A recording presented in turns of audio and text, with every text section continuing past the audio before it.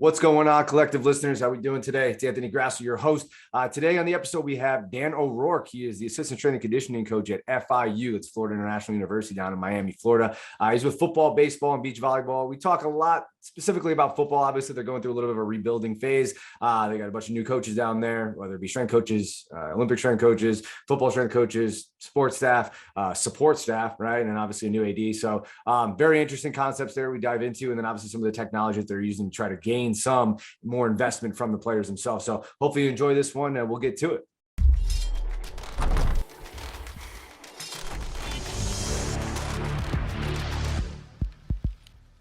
What's going on, collective listeners? Welcome to the Samson Strength Coach Collective podcast. Back for another episode. Appreciate you guys listening in. I'm your host, Anthony Grasso, and today we're joined by Dan O'Rourke, who is an assistant strength and conditioning coach at FIU. That's Florida International University, for those who are unfamiliar. It's down in Miami, Florida. We were just talking about the heat there and also the expensive living costs, but we'll get into that in a second. He is a coach he coaches with football, baseball, and beach volleyball. Been down there since January, and I'll let him kind of tell his story a little bit. Some of the places Dan has been, he's got his bachelor's degree in exercise science from Endicott College, master's degree in sport management from Indiana State University, certifications. He's got a CSCS through the NSCA, and he is strength and conditioning coach certified through the SCCC. Just some of the places that he's been through as far as interns and actual assistant positions: Edge Performance Systems, UMass Amherst, Harvard University, University of South Carolina, University of Georgia, Indiana State, Boston College, and now at FIU. So obviously an extensive list there, and we're excited to have him on. And Dan, welcome. What's going on, man? Why don't you kind of introduce yourself a little bit here and just kind of take us through your story, obviously, of where this whole thing started for you. Obviously, like I was telling Dan before we started, I try to pull from like the LinkedIn as far as like experiences go. And it's like you goes all the way back, right? And I think people, when I say like tell your story, I'm serious. Like go back to like where you actually decided, like, okay, this is taking a turn. I'm gonna decide I want to go this route, and then we can kind of get into take us down that path, and we'll kind of get into what you're doing now at FIU. Awesome. Yeah, I appreciate you having me on. So a little bit about me. I'm originally from Massachusetts, born and raised. I went to Endicott College up in Beverly, Mass. I played football there. Originally, I was a criminal justice major. And 2 years into that, I kind of figured out I really wasn't interested. And, I was more of a weight room guy. I love lifting and all that. And I'm sure you could look back and you could, pick out athletes who you knew were like, they excelled in the weight room, and on the field, they were okay. They weren't nothing crazy. I think that's a perfect explanation of who I am or who I was. So, I love lifting. I love my strength and conditioning coaches that I had. And so I figured, I might as well switch my major to exercise science and start pursuing something that I really wanted to do.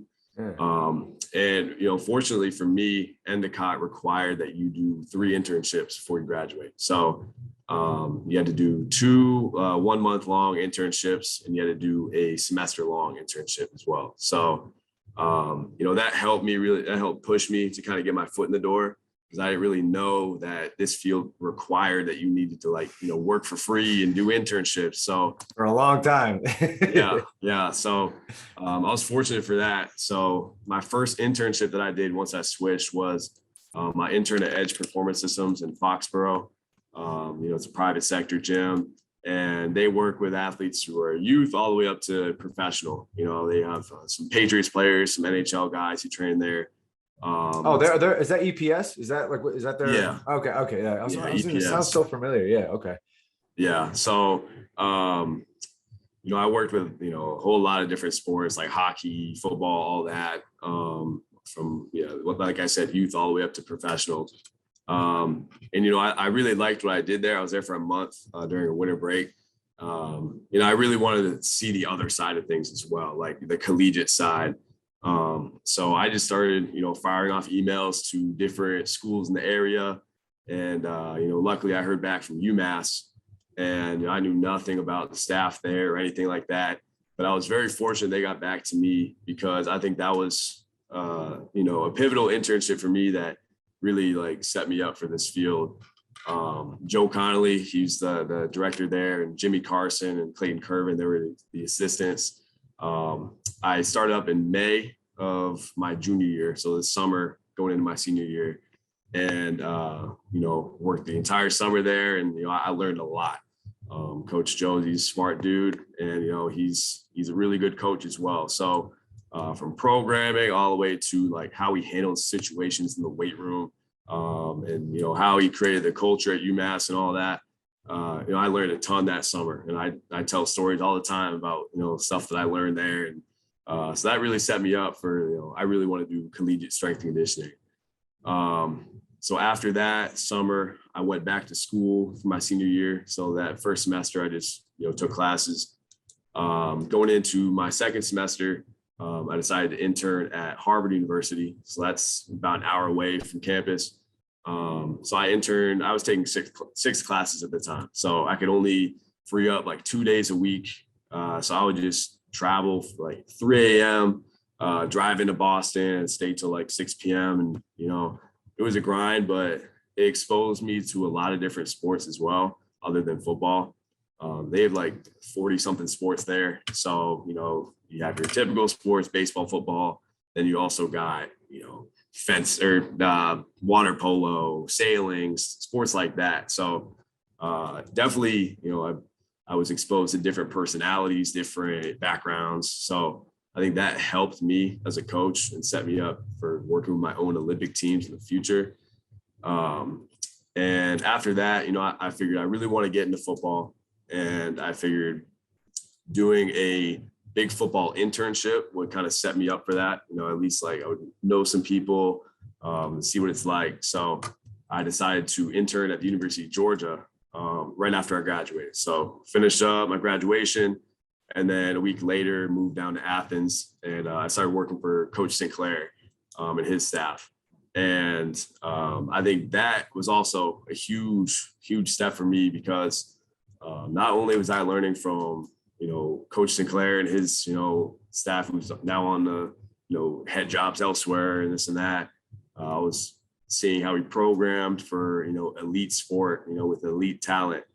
But I met a ton of people who, aside from the 5 full-time guys, the interns, I met a ton of people who like I'm still in contact with today that, we reach out to each other every now and then, and they're doing big things in the field. There was about 17 interns my first semester, or my first internship there. So, I think that's something that really helped me with my career. We grind day in, day out. But I was able to live with Quan too. So I did have to live with Quan. Yeah, you made it, navigated that situation as well. Oh yeah, that was the cherry on top right there. But I spent the whole summer there, and then I spent the whole fall there as well. And after that, I did an internship at South Carolina. I worked with Coach Dillman and his staff for a couple months. Then I actually moved back to Georgia, and I finished off another internship with Coach Sinclair until I could figure out a GA position and kind of take my next step. So ended up landing a position. You did 2 internships at Georgia? You went there with South Carolina and then came back. What years were those? What year are we at in the timeline now? So I started off in Georgia May 2018, went to South Carolina January 2019, and then came back to Georgia I think it was March of 2019. Oh, wow. Okay. Yeah. Wow. So fast forward to July, landed a GA position at Indiana State, and moved to Terre Haute, Indiana, middle of nowhere, later that month in July. And I started working with football. I worked with track and field, cross country. I later took on volleyball as well. And I spent 2 years there, finished off my master's degree and all that.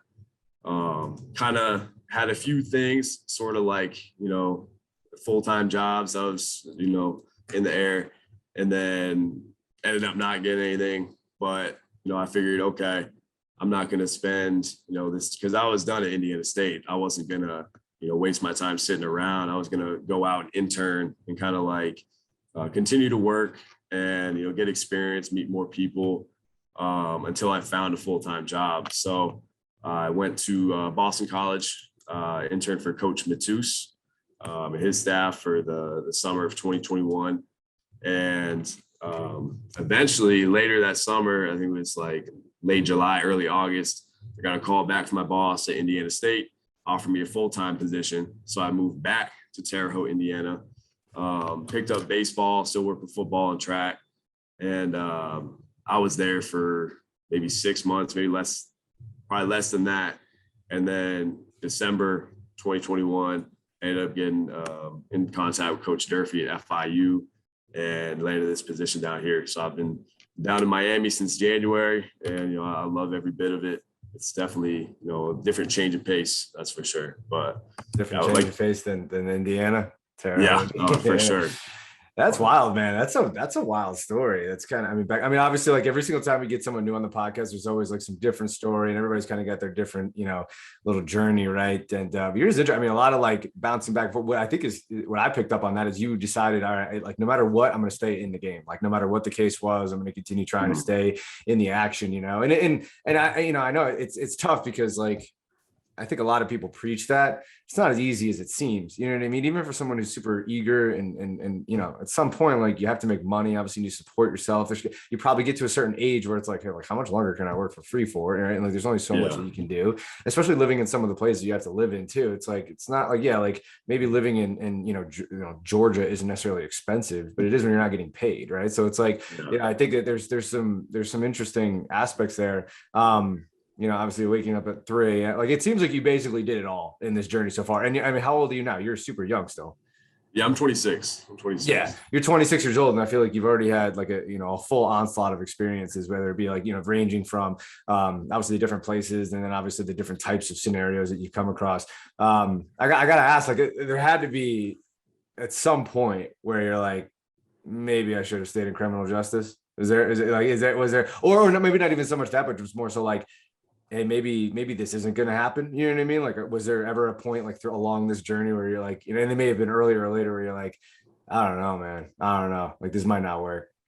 Yeah. So honestly, I don't think that thought really ever crossed my mind. Once I started in this field, I just like fell in love with it. I figured I couldn't see myself sitting at a desk like 9 to 5, like working a regular job after like knowing that I could get paid to do what I love, watching people lift and coaching people up and all that. So there were definitely times that were hard financially, but I was lucky enough at the University of Georgia, Quan might have told you, but we worked a side job. It's called Bulldog Food Delivery. I'll tell you what, that was a lucrative job. We made money off of that. That's a business. Yeah, that's a business right there. Racked up some miles on the Hyundai Sonata, but other than that, it was a solid, little side hustle. Yeah, that's sick. Yeah. And then when I was at BC last summer, I lived at home. So I didn't have to worry about rent. Okay. That would have been impossible if I had to like pay rent in Boston. But those were some rough commutes as well. Yeah, that would have been nuts. Yeah, that's the other thing too, is like I think like I was fortunate to be able to do 2 of my internships at home too.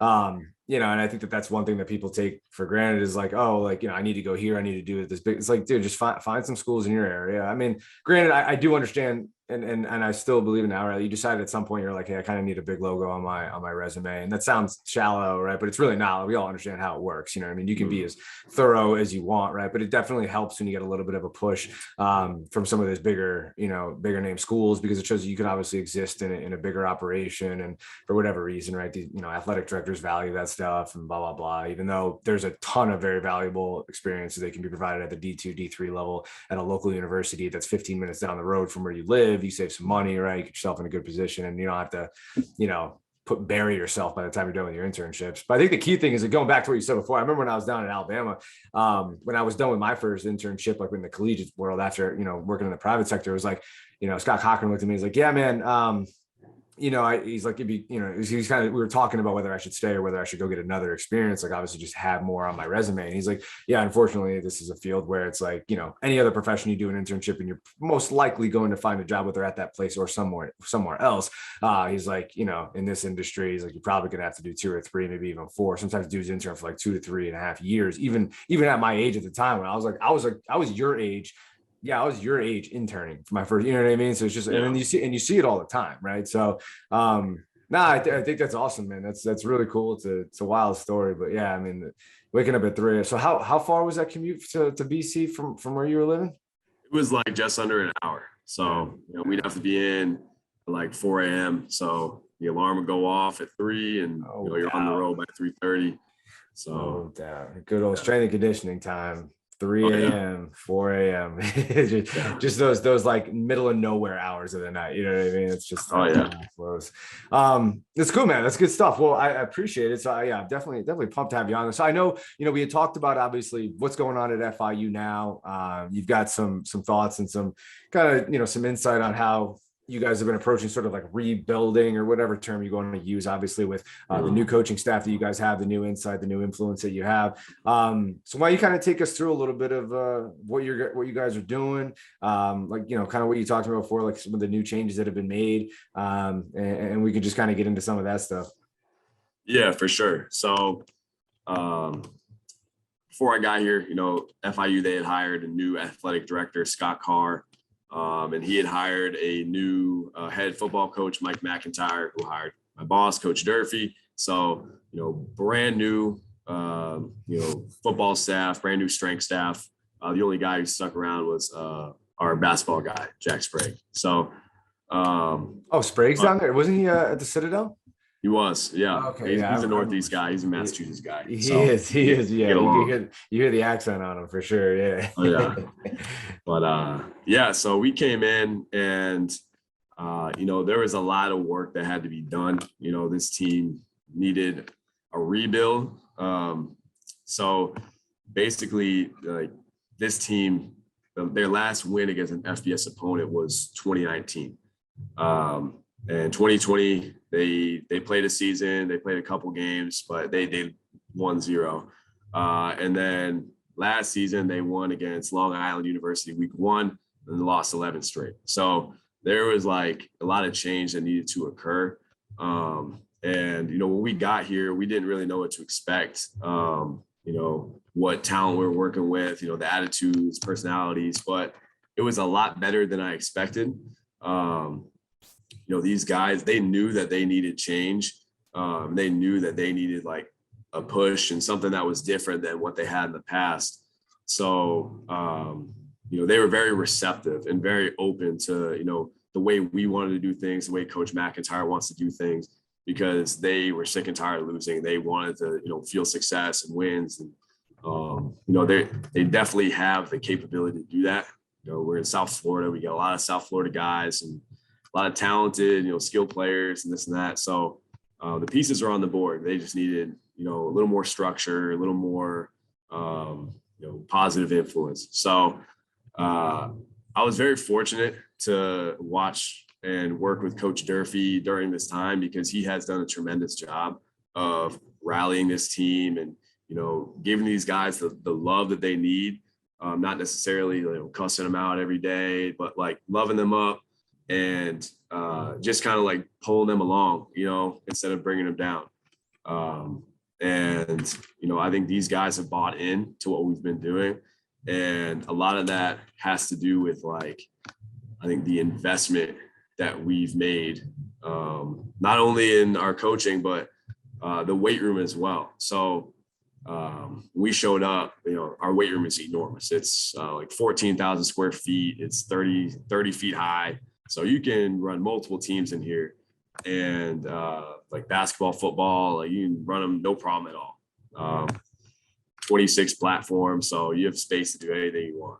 But you look a little closer, and there were things that were just neglected. Like you see, we had a handful of Olympic barbells that were just rusted. Like, and every other barbell, it looked like those ones that you'd see at like a rec center, like those thick grips, like don't spin at all.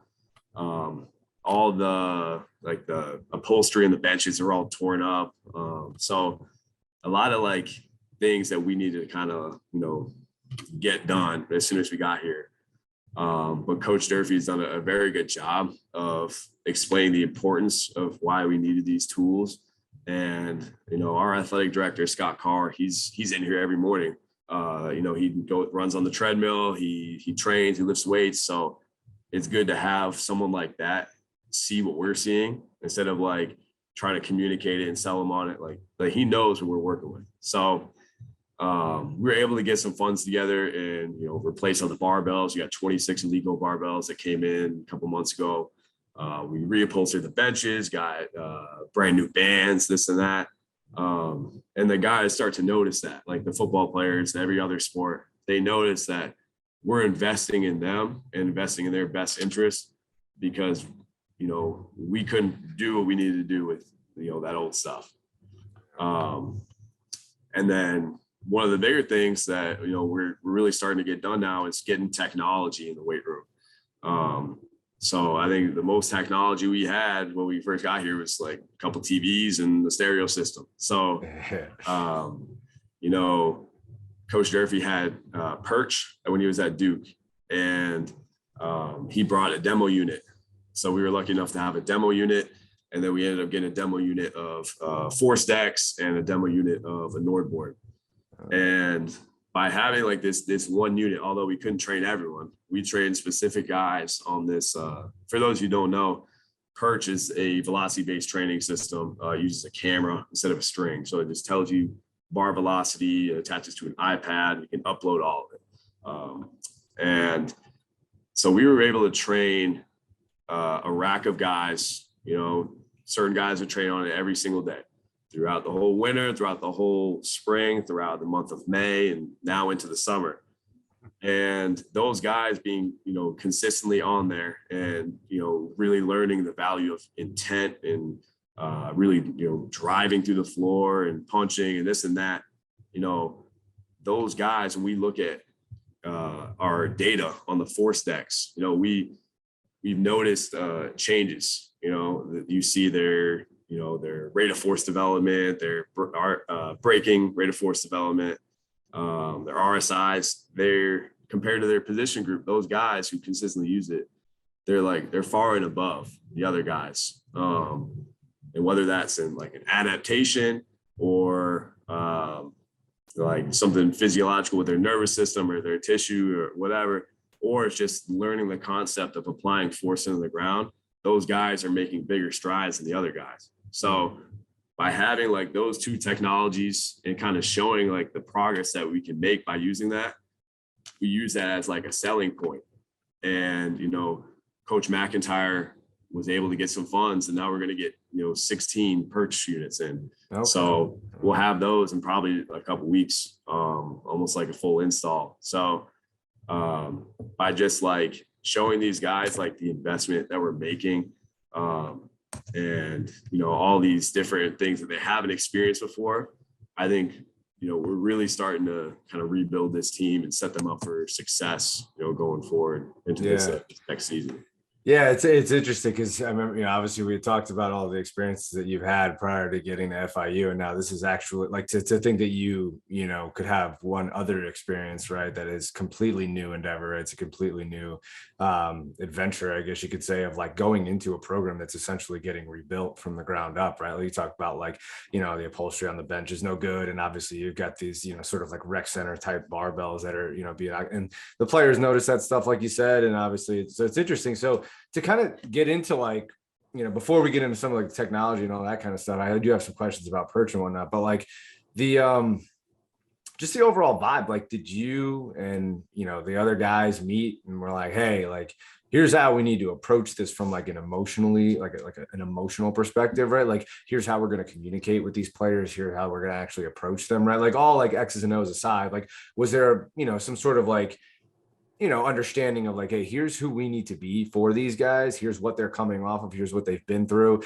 And here's how we're actually going to strategically go about reaching them and connecting with them and how we're actually going to get success. Is that something that was outlined for you guys?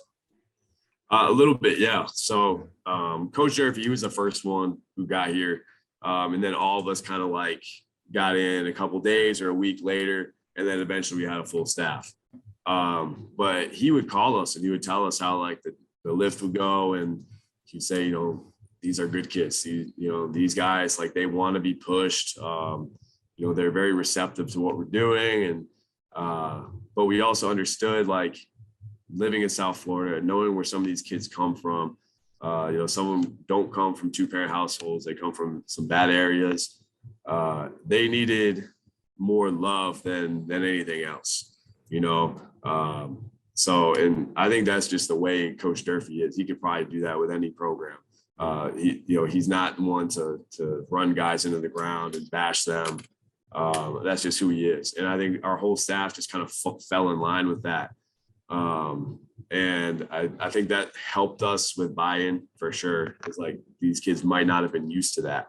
I think with that last staff, I've just heard stories about not the strength staff, but more so the football, the coaching staff. Things just, it wasn't like a healthy environment. And I think by giving them a little more positive environment and pulling them through these, challenges, and I think that's something that has helped these guys kind of, like I said, buy into what we want to do. Yeah.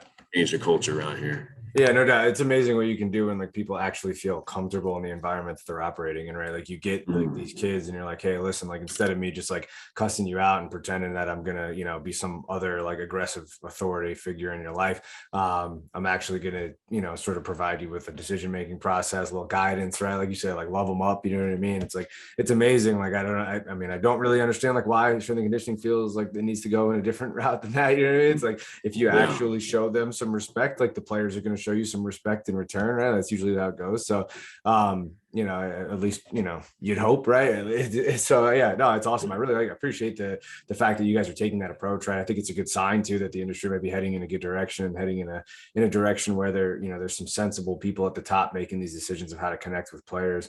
And hopefully the same goes for, how you guys connect with the coaches as well. How's that been so far, with some of the football coaches that have come in through there? Have you guys had a chance to kind of chat it up and maybe talk about some philosophies and whatnot?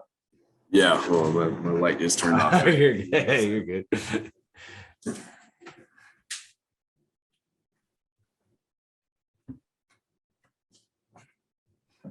Yeah, so I think the coaching staff is also on board with that as well.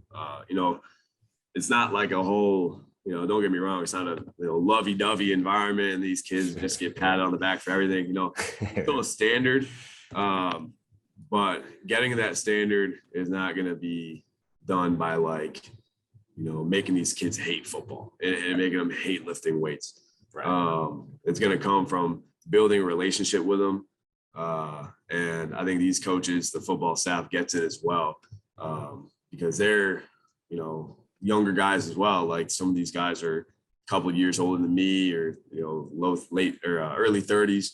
So they understand that kids nowadays and kids from these areas, they don't respond well to getting berated. Especially kids who grow up in bad areas. You tell them to talk down to them or disrespect them.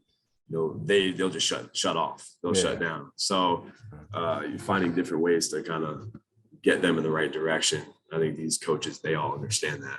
Yeah. So. Yeah, that's good. Right. Yeah, you're right. It's like there's like a healthy balance between it. Like it's not like you're sitting there saying like you're not going to have any sort of, confrontation or any sort of, stern outlook on the way things need to be. Obviously there needs to be standards, right? And it's like people aren't meeting those standards and things need to get done. But I think there's, sort of like how you approach those standards and the way that you articulate them to the players and the way you uphold them too. Like it doesn't necessarily mean that every single time someone doesn't live up to those standards that you got to have them like, I don't know, do some sort of like physical punishment in order to try, you know what I mean? Because I think it just ingrains like bad perception of like what physical training is supposed to be about, right? So it's like if more so like having conversation with the players, I think will go a long way.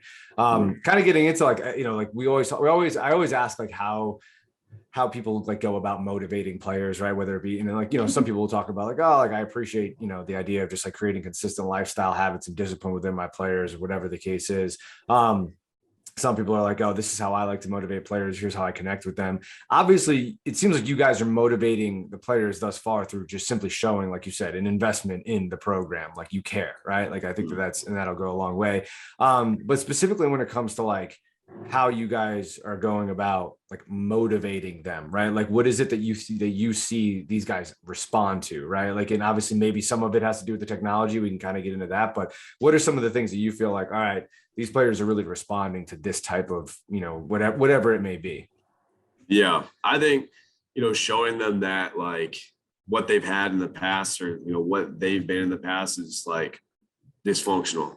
And, obviously like their record showed it, right? You're not 1-11 for no reason. Something had to have gone wrong. So, Coach Durfee always tells them, he says, what do you do when you do what you always done? And players, they know to respond now, you get what you always got. Yeah. So they know that like doing things the way they used to do them is just not going to really cut it. Yeah. So, that really helps. And that's not something that's like, disrespecting them or anything like that. That's something that like, they understand like, okay, I don't want to be 1-11. I want to win some football games. I want to, improve, my stats this year. I want to do this and that. I want to help this team get to a conference championship, if not further than that. Yeah. So, and I think these players, I think 2019, they had a successful year. They made a bowl game. So they know what that feels like. And, reminding them constantly, if we have a bad day, that, hey, like we cannot continue like this, or you're going to get what you always got. Right. That's something that kind of motivates these guys. So yeah, I would say, yeah, that's one of our biggest motivators, especially on days where, we're struggling to get them focused, or we're struggling to, we want to lift their attitudes a little bit. Sure. Yeah, no, that's good. That makes a lot of sense. And so now getting into, some of what Perch, I had like very little experience with Perch. I wasn't terribly interested, to be honest with you, like when they first came out with some of their stuff, and it seems like you guys have actually had some pretty good experiences with it. So yeah, talk a little bit about like some of the stuff you found. I know you found obviously there's been some success with it and you feel confident in it. And it's kind of been a little bit, had a hand at least in sort of, influencing in this rebuilding process you guys are going through. So yeah, talk to us a little bit about Perch, right? Like exactly how does that work, right? If there's no strings attached, if you will, for lack of better terms, right? It's a camera system. It attaches, you can upload it through an iPad, right? It reads, bar speeds at various velocities and different loads and all that kind of stuff. And so is it essentially the same concept as anything you would use for velocity-based training? Yeah, essentially. So you just, there's basically, you have an iPad that hooks up to a rack, and then there's a camera system that hooks up right on the top center of the rack. So that camera, you plug it into a little unit, and then Perch has an option, right? You can select back squat, you can select an Olympic lift, a press, whatever, and automatically that camera is going to adjust, and it's going to like get to the area where a barbell is going to be. And you can see like this little red, like little thing in the camera lens that's just tracking the bar. So essentially you don't have to hook up anything. All you have to do is just, make sure the system's going, select your weight, hit start, and then, continue on with your set. And it's going to tell you obviously meters per second. So it's going to tell you like your average velocity, your peak velocity, peak power. So it'll tell you a whole bunch of different metrics. It'll tell you like your average of each set. And then once you're done, hit save. And then it automatically gets stored up in the cloud, and you can pull it off on your laptop. So I think that's one of the things that has separated that from just using like a Tendo, you know what I mean? Instead of like having to write down and record everything, you get everything automatically, like you can pull it off on your computer. But yeah, I think the system works very well. You just got to have a good Wi-Fi network. And other than that, it's pretty easy to use, initially guys will like their lifts will take a little longer when they're getting used to using it. But the guys who have like used it consistently, it's just like a well-oiled machine at this point. Okay. Guys automatically, they see their, it'll tell you can set a range, right? If I want my guy to be lifting between 0.65 and 0.75 meters per second, it'll have a little green range. And then if you go higher than that, it'll be yellow. And if it goes in the middle, it'll be blue. And if it goes below that, it'll be red. So it's easy for guys to understand like, okay, I just need to add more weight in order to get within that range, or I need to take weight off, or maybe I just need to push harder, So that feedback is something that's helped our guys understand the concept of intent. Yeah. Is that typically what you find, right? Like I would imagine most of the players, obviously, if they're not hitting within certain zones, right? Like they're like, I'm not going to take the weight off bar, coach. I'm probably going to try to push this thing a little bit harder. I'm going to try to get after. Is that typically the response you get from some of the players? Oh yeah. Yeah. And just like any velocity based training like system, like you see guys, like they figure out what a good rep feels like or what a fast rep feels like or slow rep. And they know. So they kind of figure out what the appropriate like motor pattern is without cheating. Of course, obviously you can find ways to make it faster, but guys start to figure out like the best way to apply force. Sure. So. Yeah. And is that something that you guys as coaches have discussed, like how, like what kind of context you guys are going to use? Like what is the context, I guess, that you plan to use some of this data in? I know you said you matched it up with some of your force deck work and some of the other data that you collected from some of the other pieces of equipment that you sort of invested in. But as far as like what you plan to do with some of this data, like are there certain things you guys are doing on the field that you're also kind of like overlaying and meshing some of these qualities in? Is it purely just for like auto regulation and intent purposes, right? Or are there like other things that you guys see this, kind of, providing as far as information long-term? Yeah. So I right now we use it more as an auto regulatory tool. So if a guy is obviously not feeling it that day, the perch will help them get within that range, right? Their 80% might not be that every single day.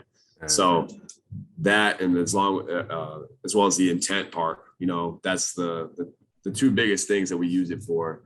But the force decks data that we're getting, like it definitely stands out to us. And, knowing our guys, like, especially the skill guys, the kids who've grown up in South Florida, they're preached their entire life, like speed. Guys run track. And they might be taught sometimes like, oh, lifting, that's only going to make you sore and slow. So these guys have like the twitchiness. These guys are, fast, twitchy guys. And I think adding that power component, the rate of force development, the peak power, I think that's only going to help improve their game, it's, I think it's really going to change. It's not going to, make some guy a Heisman candidate right away, but it's going to help them improve their athletic ability.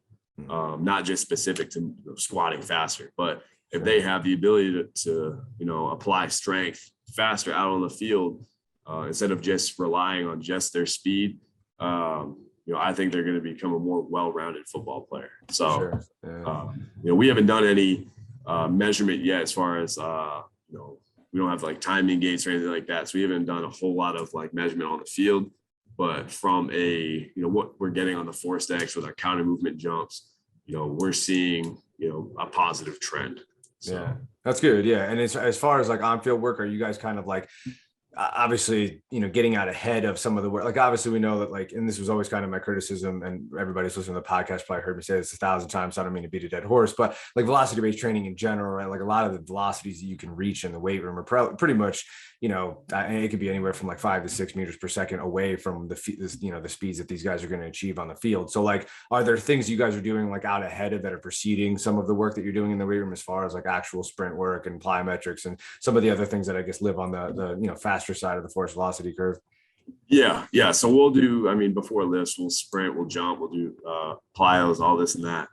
And then we'll get in and then we'll, hit our base work. A lot of what we do here isn't like, it's not too fancy. Coach Durfee's a big meat and potatoes guy. So, we squat, we press, we Olympic lift. And I think just using like that system and having the feedback just kind of enhances what we do. We're not just like going through these sets and reps. So I think that's what makes it like a very valuable tool for the program that we have here. Yeah, for sure. No, that's awesome. And so another question I have is, so, moving into just like the overall, like, environment itself, right? Like the weight room environment and some of the players you have, or you said you have a lot of players who come from different backgrounds, different experiences. So have you come across any athletes who are not receptive to some of the new investments that you guys have made, or some of the, like it could be exercises, it could be specific methods or whatever that you guys are using. Have you come across any athletes who are, a little bit more hesitant, a little bit more resistant? And if so, like, how do you guys typically deal with athletes who are, sort of have been exposed to like different experiences along the way? Yeah. So we have like, there's probably a handful of guys that, they were raised mostly with that speed mentality, or, lifting is not important. And, those guys are definitely, we struggle working with them. But, we've found ways to kind of pull them along and motivate them, mostly by, pairing them up with guys who do get after it. We found, instead of pulling that guy down, instead of like, if I pair player A, who's a stud, with player B, who's, that guy who slacks in the weight room, whatever, we haven't found that player B is going to pull down player A. We found like almost the opposite of that. Good. And obviously we stay on top of them. We make sure those guys get extra attention. And we try not to like overwhelm them with it. We don't want them to like dread coming in here. But just like, I think our attitude helps with their buy-in. If we're excited about them being in here, then they might be more excited about being in here. No doubt. Or if we can find ways to tell them like we have like some freshman wide receivers that are 150 pounds, and you try and tell them like hey, this program that we're doing, like what we're doing in the weight room is only going to enhance your game. If we can get you to 160, 170 pounds without slowing you down, like that's only going to make you a better player.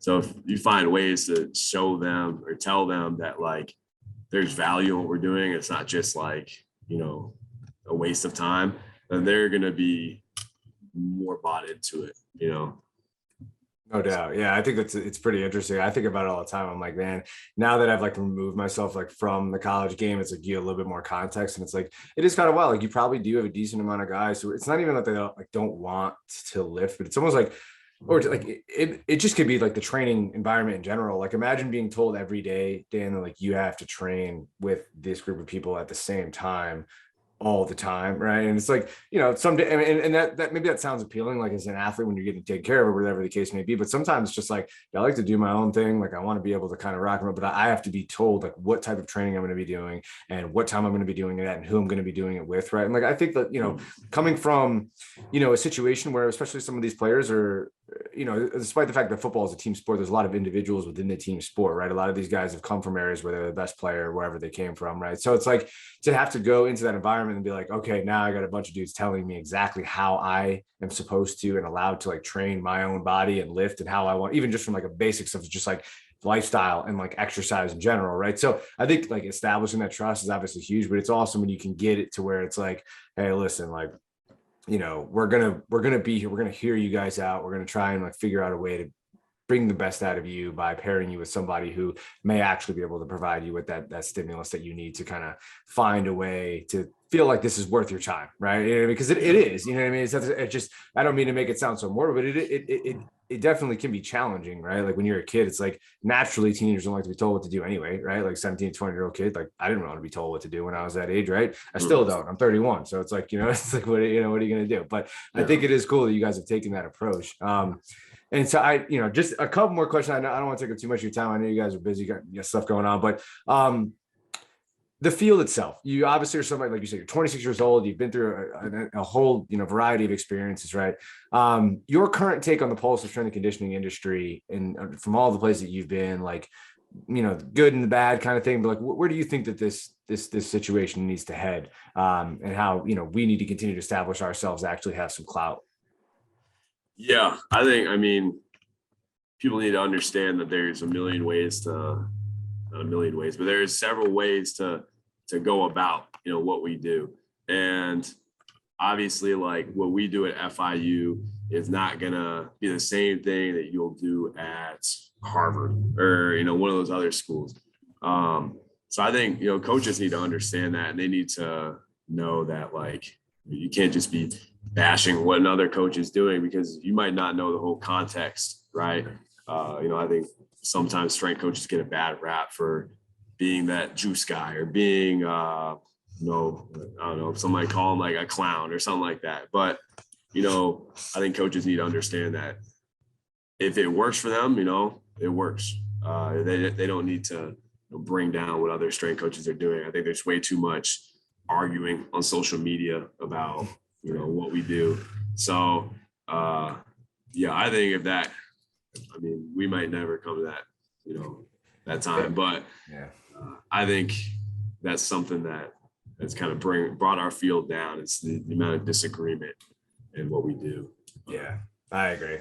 Well, I guess to combat that, right? What would you say for all the listeners here? Like, if we were to try to enhance the knowledge base just a little bit, like, what are some of like the books, podcasts, people that have really influenced you that you think are like staples that you can maybe have provided you with this well-rounded view that you have, obviously, and some of the guys you're working with, that can, essentially help and combat some of that, headbutting that's taking place. Here. So like, what are some like references that you would have for some of the listeners that you think would be valuable for them to reach out and take a look and whether it be books, podcasts, like I said, people, seminars, whatever it is, what are some of the ones that have influenced you the most?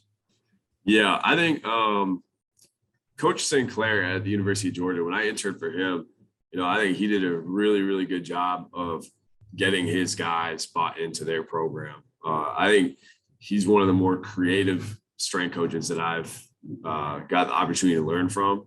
And, a lot of the guys that he gets, they're 5 stars, they're, future first round draft picks. And a lot of them know that. A lot of them know that they're already good at football. And they might not like the weight room as much. And, they might want to only focus on football. But I think Coach Sinclair does a good job of making things exciting and getting creative with the way he does things. Which, some people might not agree with absolutely everything that he does, but it works. Obviously you see, their guys develop like a lot over the course of their time at UGA.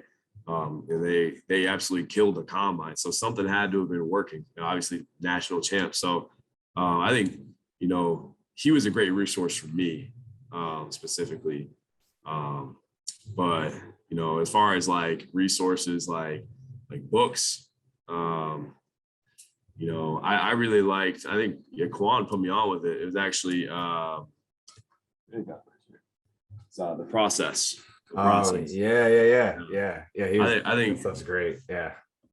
I think that's a really good resource. Cause it's not just like straight up X's and O's strength and conditioning, but it really kind of like, it gets, sport coaches involved and, how to work with sport coaches and how to be context specific with, whatever sport you're working with. So I thought that was a really great resource that I've read recently. Yeah, no, I think the process is great. I think, obviously we're talking the process, there's 5 different parts. It's sort of like the 5-part manual. It's sort of like an easily digestible version of Game Changer, right? Cam Joss and Fergus Connolly. But it's I thought the process was great because I actually know of 2 sport coaches who actually read the process. I actually sent it to one of our offensive quality control guys too when I was up at UConn.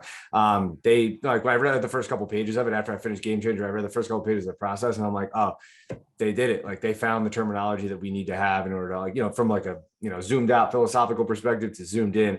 I thought the book by far and away is phenomenal. So I think I've got through level 1 and 2 right now. I got to get to level 3. So it just really does like build the complete package as far as like what you need to have run a successful program and regardless of the sport. So that's awesome stuff. Well, I appreciate it, man. Thanks for hopping on, Dan. I know it's short notice too, but if and obviously if you have any last words for the listeners, I'll wrap up after you're done. But anything, and let people know where they can find you too on social media, Instagram, all that stuff. Yeah, I appreciate you having me on, man. I'm really mostly on Instagram. It's Dan O'Rourke, no spaces __. That's where you can find me. I post every now and then. I'm not a big poster, more of a story guy. But I appreciate you having me on, man. Yeah, I think you're doing a good thing for the strength and conditioning community. Oh, thank you. Appreciate it. Well, it was good catching up, man, and continue to enjoy Miami, Florida, obviously, because it's not all the time that people get a chance to be down in Miami. So I know it's hot down there, but enjoy yourself. Continue to do good things. Obviously, I'm going to be a big FIU fan coming up here this fall. So we'll continue to root you guys on, stay in touch and all that stuff. But thanks again for coming on. And for the listeners, we'll catch you guys next time.